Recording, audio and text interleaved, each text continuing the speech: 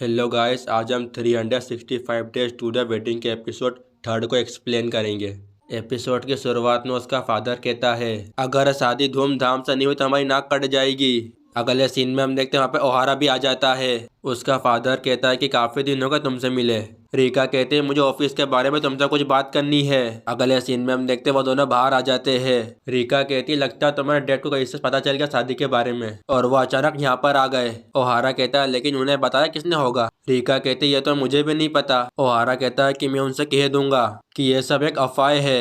वो जाते हुए उससे माफी भी मांगता है। ओहारा कहता है क्या आपने अजीब से अफवाह सुनी। उसका फादर कहता है कि आप अपने काम पर वापस जा सकती है। ओहारा नोटिस करता है कि उसके पास रीका बैठी है। रीका अपने मन में सोचती इन्हें बताना होगा कि ये झूठ मैंने बोला है।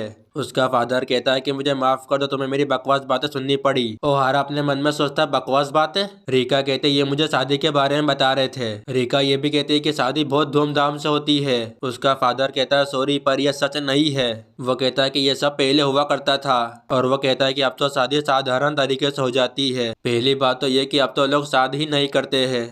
ओहारा अपने मन में सोचता है कि डैड फिर से शुरू हो गए। फिर हम देखते हैं ओहारा के डैड ओहारा की स्टोरी सुनाते हैं और वो कहते हैं कि मैं अपने बच्चों को ट्रेन दिखाने ले जाया करता था। ट्रेन का इंतजार करते हुए वो लोग मेंढक भी पकड़ते थे। ओहारा तो बहुत सारे मेंढक पकड़ लेता था। रीका अपने मन में सोचती ओहारा शरारतें भी करता था। फादर कहते कि ये बात मुझे अच्छी तरह से याद है। हम जब खेतों के बीच से गुजरते थे, ठंडी हवाएं चलती थी, वहाँ पे तो उनका मजा कुछ और ही था। सच में वो बहुत खूबसूरत था। वो कहते हैं कि तुम शादी कर रहे हो, क्या ये बात सच है। फिर हम देखते हैं वो दोनों शौक हो जाते हैं और वो कहते हैं कि मैंने तुम्हारी मंगेतर का नाम भी सुना था लेकिन उन्हें उसका नाम याद नहीं आ रहा था। ओहारा जोर से कहता है सुनिए डैड। वो कहता है कि मैं इस वीकेंड घर आ रहा हूँ। वो कंफ्यूज होते हुए कहता है कि मेरी शादी के बारे में हम आराम से बात करेंगे। अगले सीन में उसके डैड उसकी बात मान जाते हैं। रीका कहती क्या तुम सच में वापस चले जाओगे। ओहारा कहता है हाँ, मैं उन्हें बता दूंगा कि हमने ये सब क्यों किया।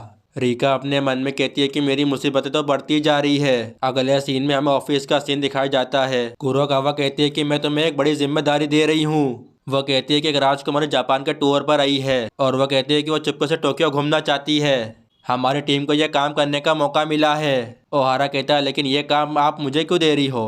वो कहती है इस राजकुमारी को मर्दों के साथ घूमना पसंद है। ओहारा कहता है लेकिन राजकुमारी तो शादीशुदा है। कुरुकावा कहती हाँ वो शादीशुदा है लेकिन मैं चाहती हूँ कि उसे एक अच्छा गाइड मिले। कुरुकावा उसकी मजे लेते हुए कहती है मैं जानती हूँ कि तुम उसके साथ छिचोरी वाली हरकत नहीं करोगे, वो इसीलिए क्योंकि तुम्हारी शादी होने वाली है। फिर हम देखते हैं ऑफिस में सारे लोग ओहारा की बात कर रहे होते हैं। हिरोमी कहता है ओहारा तो बहुत शर्मिला है, क्या वो काम कर भी पाएगा। अगले सीन में हम देखते हैं ओहारा राजकुमारी के बारे में रिसर्च कर रहा होता है। फिर हम देखते हैं रीका ओहारा को देख रही होती है। वो अपने मन में सोचती है कि इसकी मदद करने का कोई तो रास्ता होगा। रीका ब्लश करते हुए कहती है आखिरकार मुझे हो क्या गया है। अगले सीन में हम देखते हैं वो राजकुमारी का इंतजार कर रहा होता है। वो कहता है ये तो राजकुमारी के सिक्योरिटी गार्ड लग रहे हैं, लगता है कि राजकुमारी आने ही वाली होगी। फिर हम देखते हैं राजकुमारी उसके पीछे से आती है। वह अपने मन में सोचता है कि मुझे लगा था कि वह लंबी गाड़ी से आएगी। ओहारा कहता है क्या तुमने कुछ खास प्लान किया है। वो राजकुमारी कहती हाँ किया है ना। ओहारा की शक्ल बता रही है कि उसने तैयारी कैसे की होगी। ओहारा कहता है कोई बात नहीं, वैसे भी मैं तैयारी करके आया हूँ। फिर हम देखते हैं वो कार में बैठकर चले जाते हैं। फिर हम देखते हैं राजकुमारी बहुत सारी फोटो भी खींचती है और ओहारा उन्हें बिल्लियों के बारे में बताता है। ओहारा अपने मन में सोचता है अच्छा हुआ कि मैं तैयारी करके आया था। वह अपने मन में सोचता है कि इनके सोशल मीडिया से पता चला कि इन्हें बिल्लियाँ पसंद है। उससे कुरुकावा का कॉल आता है और वह कहती है कि तुम कहाँ पर हो। वो कहती है कि राजकुमारी यहाँ पर नहीं है। ओहारा कहता है राजकुमारी मेरे साथ है।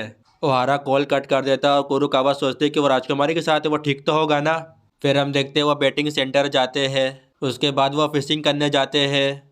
अगले सीन में हम देखते हैं वो एक और अजीब सी डिमांड करती है। उसकी बात सुनकर ओहारा कुछ इस तरह फेस बनाता है। ओहारा कहता है क्या तुम ऊंचाई वाली जगह पर जाओगी।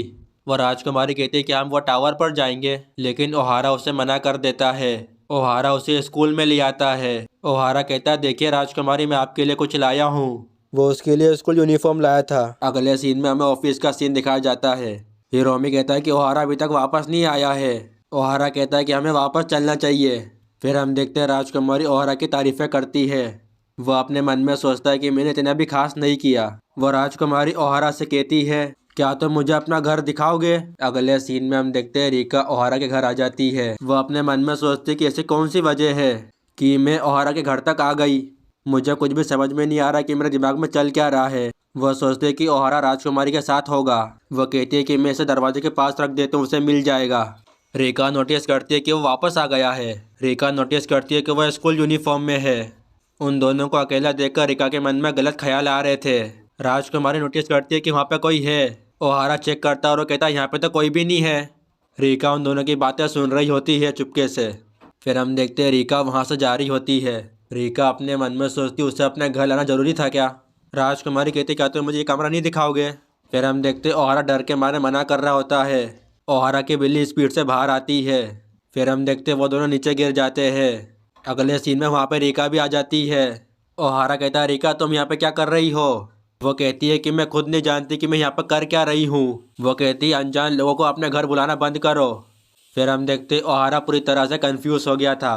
वह राजकुमारी कहती तो तुम रीका चान हो। और वह कहती है कि आखिरकार तुमसे मुलाकात हो ही गई। ओहारा कहता है तुम्हें मैसेज किया था मैंने।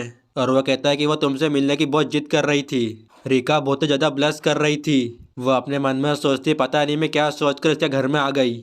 मैं बहुत ही ज़्यादा शर्मिंदा हूँ, मुझे ऐसा नहीं करना चाहिए था।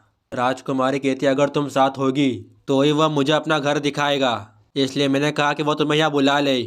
फिर हम देखते वह शहजादी शादी तोड़ने की बात करती है। वह कहती है कि मुझे किसी और से प्यार है। फिर हम देखते वो उसकी फ़ोटो दिखाती है। वो उसकी बैक स्टोरी सुनाते हुए कहती है कि मेरी शादी बस एक मजबूरी थी। अगले सीन में हम देखते वो जा रही होती है। रीका कहती है क्या हम इनसे सच छुपाकर सही कर रहे हैं। ओहारा कहता है कि मुझे तो ये गलत नहीं लगा। फिर हम देखते हैं रीका उससे माफ़ी मांगती है। वो कहता है क्या तुम किसी खास वजह से यहाँ पे आई हो। फिर हम देखते हैं वो उसके लिए गिफ्ट लाई थी। ओहारा कहता है ये तो मेंढक वाला पत्थर है। वो कहती है कि पत्थर इकट्ठा करना मेरा शौक है। फिर हम देखते हैं वो उसे भाई बोलकर जा रही होती है। वो कहता है कि मन करता है कि मैं इससे सच में शादी कर लूँ।